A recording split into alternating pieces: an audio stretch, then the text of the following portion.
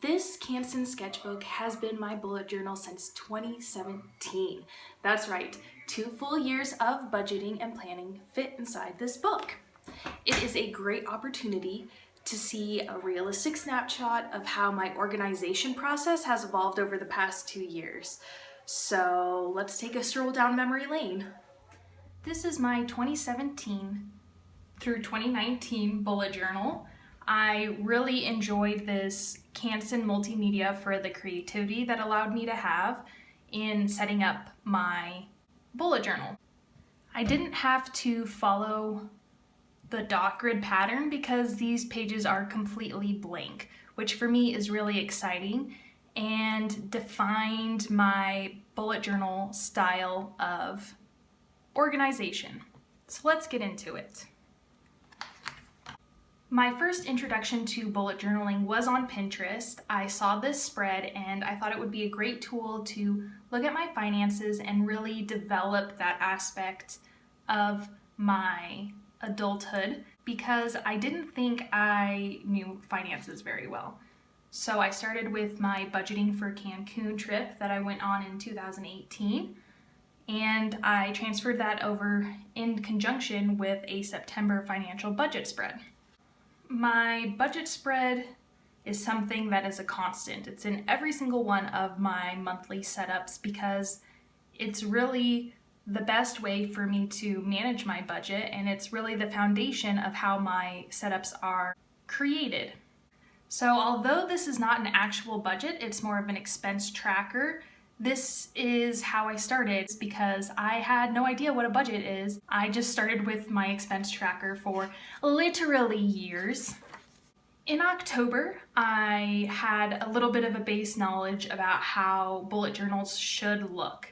So I decided to decorate my page, be artistic. I had my October finances here with little pumpkins and bats because I am very creative and artistic, and I know you might be feeling intimidated that this is like too hard for you to do.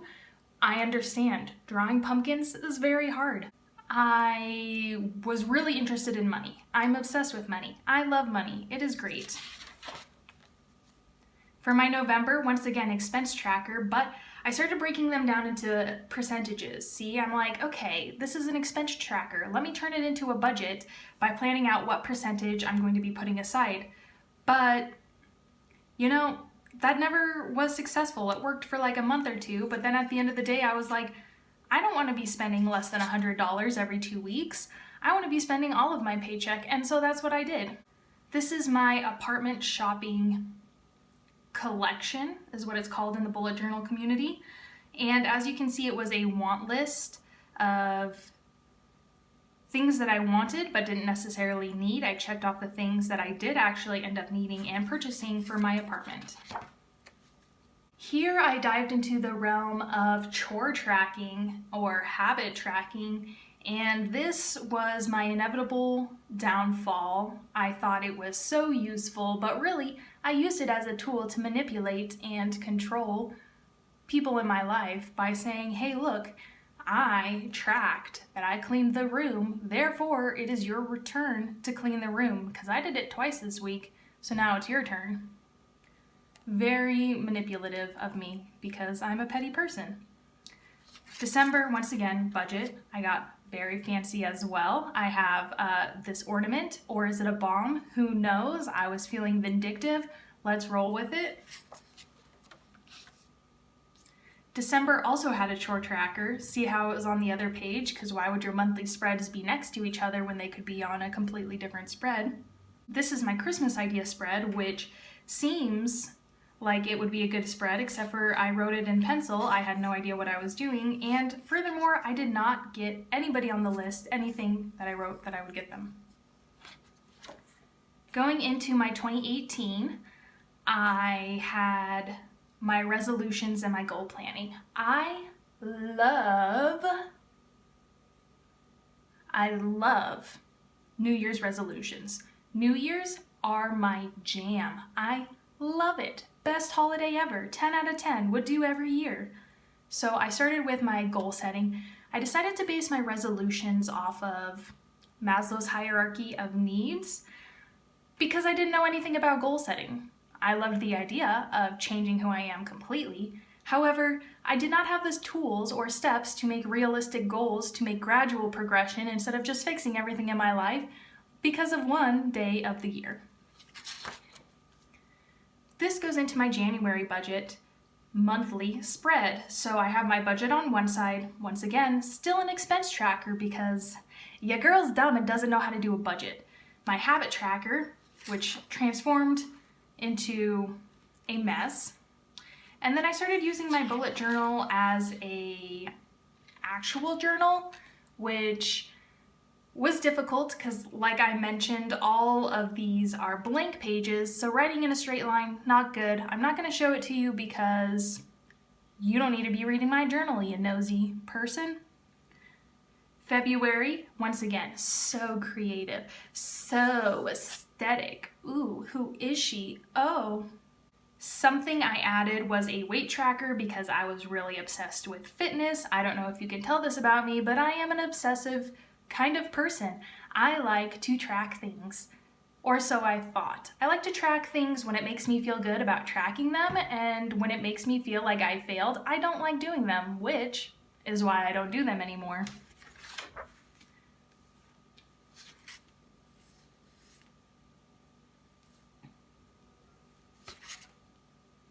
This is my March budget. It's the same thing. This is my April spread. And at the end of April, I went to Cancun, finally. So here's my packing / to-do list of things before my trip.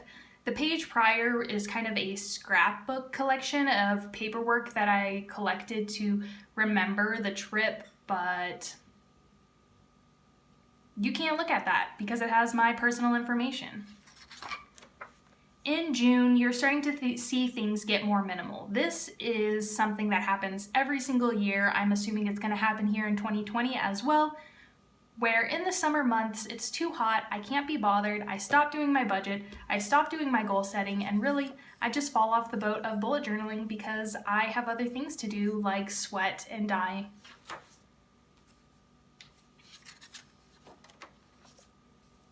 August, I got married, so once again, very minimal, very much like, I don't know what's going on. I also read The 4-Hour Workweek, which was a terrible book.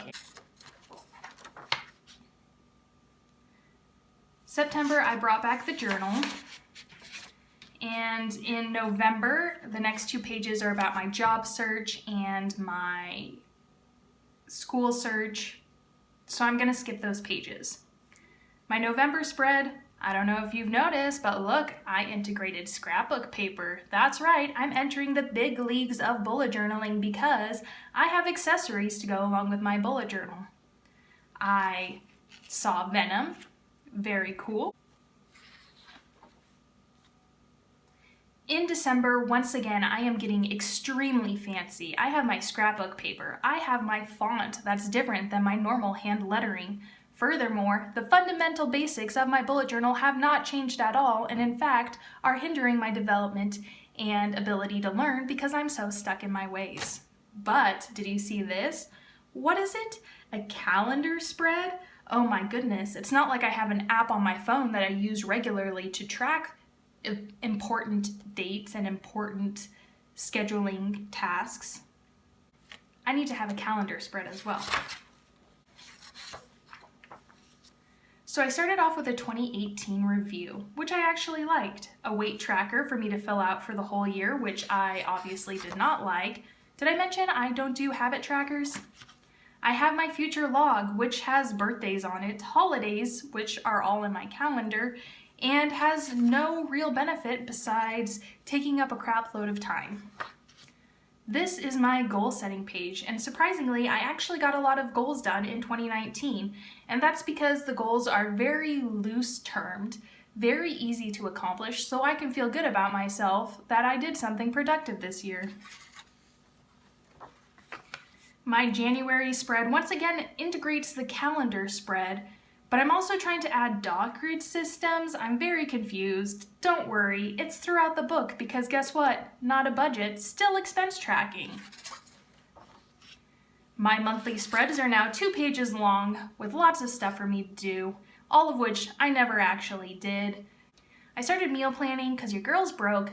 I went to school. I had no money because I was at school. Here is my calendar. So orange is going to be the days that I'm in school. Red are the days that I'm working my first job, and pink are days that I'm working my second job. But look, I got washi tape, so therefore I know what I'm doing. My February bullet journal spread. I condensed my monthly spread by cutting out all the crap that I didn't actually need or want and could fit it back onto 2 pages. My budget, as well as my monthly review. I don't know what to call this page. It's a bunch of projects that I want to do. Here I rehashed out my habit tracker with actual small habits that I couldn't use to manipulate and judge other people with.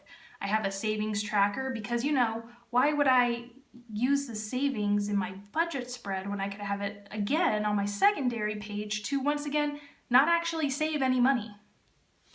Oh, I also saw Alita Battle Angel, which apparently I thought was very good. So here I liked spread of my weeklies while tracking work and school. Not only did I feel confident that I had such a full, busy schedule, it also made me feel prideful because look at all of these things that I'm doing. Why aren't you doing them? You should be doing them because this is the standard for productivity in the normal world. How dare you not match up to my superiority?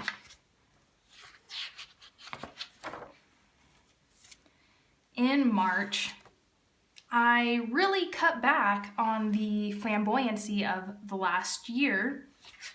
Have the spreads changed at all? No. In fact, I made them more chaotic and more assaulting to the eye so that way you, as a secondary person looking into my life, can be impressed with all of the things I was able to accomplish. That's right, this is 1 week, this is the second week, 3 and 4, so am I actually doing more work? No. But since I condensed my 1 week spread into a 2 week spread, all of a sudden, it looks like I'm a lot busier than I actually am. Finally, we get to April. Ooh, stickers. Wow, isn't this great? All sarcasm aside, I do actually enjoy decorating my bullet journals so that way they are inviting and wanting me to come back because honestly, it just looks pretty to look at. It's a picture book of my life and I love it. Also here, I added a flap out because I decided I wanted to track my fitness. Now that I had lost all the weight that I wanted to lose, it was time for me to get swole and thick. And as you can see here in April, I really utilized this cutout by working out 3 days in all of April. Once again, are your eyes assaulted by the chaos and sporadic energy of the spread? Don't worry, mine too. Finally, in May. Oh my goodness, have you guys seen the artist community on YouTube? They're crazy about May. Why not me? I should be too. But I didn't actually fill out this spread because none of this stuff was actually working for me. When you're working a job and going to school, I don't necessarily have time to read a book club. And my budget fell apart because guess what? It's not a budget, it's an expense tracker. Girl, you're not doing a budget. Stop it. Here is my weeklies. And finally we get to June, and guess what? My eyes are tired of looking at all that chaos, the hours spent on end designing these pages, because once again, let me remind you, this is all completely blank pages. So I literally did this. I would go down the side of the page, mark out every half a centimeter on both sides, so that way they would be even, draw lines across, and then as I filled them out with words, I would go through and I would erase them so that way it looked like a nice clean page. That means every single month I drew the space between this and this as a straight line, this and this space as a straight line, so that way it would all be parallel and symmetrical because I don't have problems, you do. As you can see, my weekly spreads are pretty much illegible, you know. I have no idea, I didn't even bother to color them in. I think this is about the time I realized that my life was crumbling and I had a bunch of important decisions to make, so I should stop wasting time on bullet journaling out my schedule in such a chaotic energy.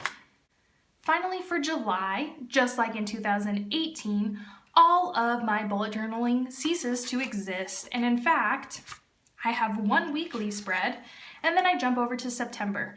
Now, I was lucky for my birthday, I was gifted the bullet journal method as a hardcover copy. And so I was reading that and really trying to take an introspective look about what was and was not working for my bullet journal. I determined finally that I had no idea what a budget was. That's right, I started in September 2017. Remember, this is September 2019. 2 years, I was not lying, to figure out, hey, you know, this budgeting method, in retrospect, really isn't helping me save any money, pay off any debts, or do anything as budget is supposed to do. Finally, I went through and I said, I need a way to track my tasks, and maybe tasks and chores that I do on a regular basis are not actually habits, but more so a necessity for living a human life. So through the wonderful guidance of writer Carol, I was able to determine that I needed to change. And so here I have the last 2 pages of my 2019 bullet journal in this Canson multimedia liner. The back couple pages are just collections that I never actually used because I don't need a whole page dedicated to games that I want to play, books that I want to read, because if I wanted to read those books, guess what? I would read them. This is my 1917 Leuchtturm, which I bought with a lot of enthusiasm and excitement because guess what? I was finally able to join the ranks of the stationery community and be that bee. You know what I'm saying? I have a grid so that way I can not have to count how many pages are halfway and just go back and refer to this page. I have my future log, which as you can see is not as aesthetically pleasing as the one in my previous bullet journal, however, infinitely more utilized because it actually has space for me to write things down. And this brings me to my October spread for 2019. I completely revamped it. I decided I did need a calendar tracker in here to not only use as a monthly review tool, like, hey, I went to Blake's birthday party on the 16th of October. Did I actually? I don't think so, but it's in my bullet journal, so future self can imagine that I did. I have my goals over to the side. And then over here is my revised budget tracker. This budgeting method actually works out for me because I actually did more research than I did 2 years ago, which was looking up a post on Pinterest. Do I want to go be bougie, get my nails done? If I have money for it in my responsibilities, I can do it. Next, I go through and I add a couple collections of some planning and some ideas I want to do. And then I get into my daily spread. As you can see, it's not beautifully organized. It's very simplistic, and this is what I feel like I was missing in my other bullet journal. Because I literally list the tasks that I'm going to do today without tracking them as habits, and then I can cross them off or migrate them to a day further on in the week. Apparently, I also saw It, Chapter 2, on the 5th of December, or October, whatever, you know. Finally, my November log. I'm starting to get more into the swing of things. I did everything in pen instead of pencil. Yeah, that's right, confidence right here, boys and girls. And once again, I've split up, really fine-tuning my budgeting method, which is a budgeting method. That's right, your girl finally learns, only 2 years. Once again, my dailies are very much task lists, which really work for me. I'm able to migrate. I'm able to say, okay, these are all the things I want to do at the beginning of the week. And then when they don't work, I migrate them to the next day and the next day, etc., etc. Over here is a collection. If you read Rowena's book list, you know I'm a big fan. I wrote everything down because I love self-help books, and I didn't learn from my previous bullet journal that I don't actually read the books on these book lists, but a girl can dream, all right? I hope one day I'll change. And the last spread for the year, my December 2019 spread, I am once again keeping big goals and notes for the year. I have my budgeting spread, which I didn't utilize. I don't know if you know this or not or recognize this. Whenever I go on vacation, guess what? I don't do a budget for it or track my expenses when I'm on vacation because I'm on vacation and I just assume all the planning and budgeting I did before the vacation will make up for that. And luckily that's worked out for me so far. I don't feel connected to this bullet journal yet. Maybe it's because I can't get over my old Canson or because of all the years of attention and care I put into that old one. But I'm hoping that over the next few months, I'll be able to really bond with this new bullet journal and to learn to love it too. That's all from me. Bye-bye.